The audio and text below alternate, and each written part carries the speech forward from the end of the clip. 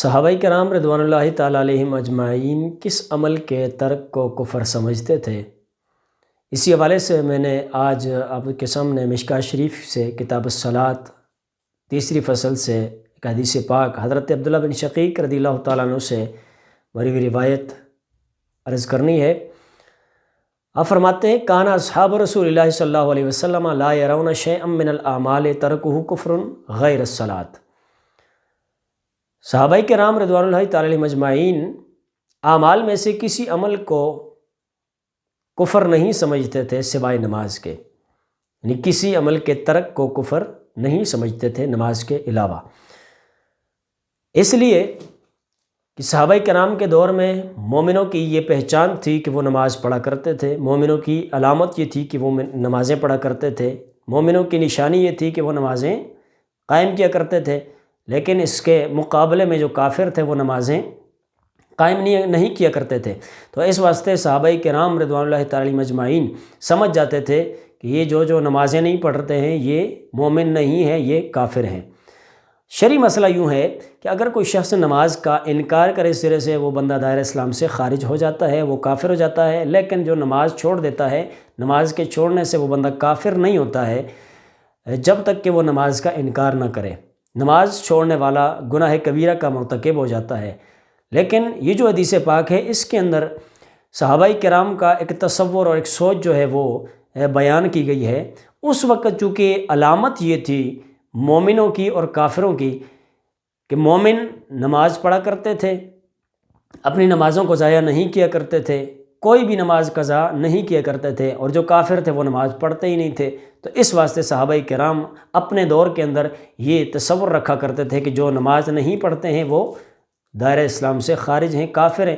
تو جب کافر ہیں تو اسی لیے یہ نماز نہیں پڑھتے ہیں۔ تو اس کے علاوہ اور بھی بہت ساری احادیث مبارکہ کے اندر، بہت ساری روایات کے اندر بے نمازی کے حوالے سے بہت ساری چیزیں موجود ہیں۔ جو شخص نماز نہیں پڑھتا ہے اللہ کا ذمہ اس سے اٹھ جاتا ہے۔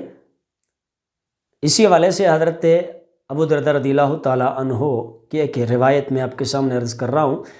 آپ فرماتے ہیں کہ اوصانی خلیلی، مجھے میرے خلیل نے، مجھے میرے محبوب نے وصیت فرمائی، اللہ تشرک باللہ شیئا وان قطعت او حرقت، فرمایا اللہ کے ساتھ کسی کو شریک نہیں کرنا ہے اگرچہ تجھے قتل کر دیے جائے یا تجھے جلا دیے جائے۔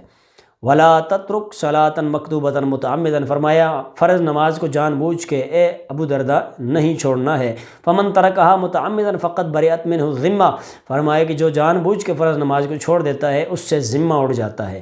اور تیسری چیز فرمایا ولا تشرب الخمر فإنہا مفتاح کل شر، فرمایا شراب نہیں پینی ہے اس لیے کہ یہ ہر شر کی چابی ہے۔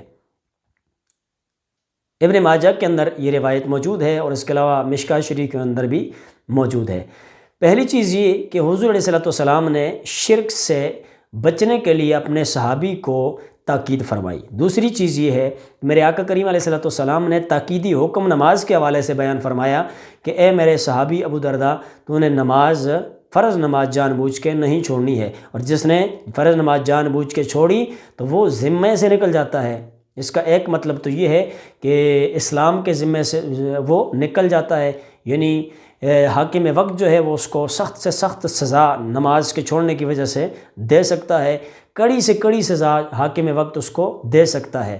اور دوسرا مفہوم اس کا یہ ہے کہ وہ اللہ اور اس کے نبی کے ذمے سے نکل جاتا ہے، یعنی جو بندہ نماز پڑھتا ہے وہ بہت ساری مصیبتوں سے، بہت ساری پریشانیوں سے، بہت ساری آفات و بلیات سے نماز کے صدقے سے، نماز کی بدولت وہ بچ جاتا ہے۔ لیکن جو بندہ نماز نہیں پڑھتا ہے وہ اللہ اور اس کے رسول کے ذمے سے نکل جاتا ہے، تو پھر اسی لیے اس کے اوپر بہت ساری مصیبتیں آتی ہیں، پریشانی آتی ہیں، آئے روز جناب وہ بیماریوں کے اندر مبتلا ہوتا ہے، آئے روز جناب مختلف ٹینشنوں کے اندر وہ مبتلا ہوتا ہے، آئے روز اس کی تنگ دستیاں بڑھتی چلی جاتی ہیں، اور یہ فکر اسے نہیں ہوتی ہے کہ میں تو بے نمازی بن کے نماز چھوڑ کے اللہ اور اس کے رسول کے ذمے سے نکل گیا ہوں۔ تو جب اللہ اور اس کے رسول کے ذمے سے نکل گیا ہوں تو یہ مصیبتیں تو آنی ہی ہیں نا، یہ پریشانیاں تو آنی ہی ہیں، یہ جناب ٹینشنیں آنی ہی ہیں۔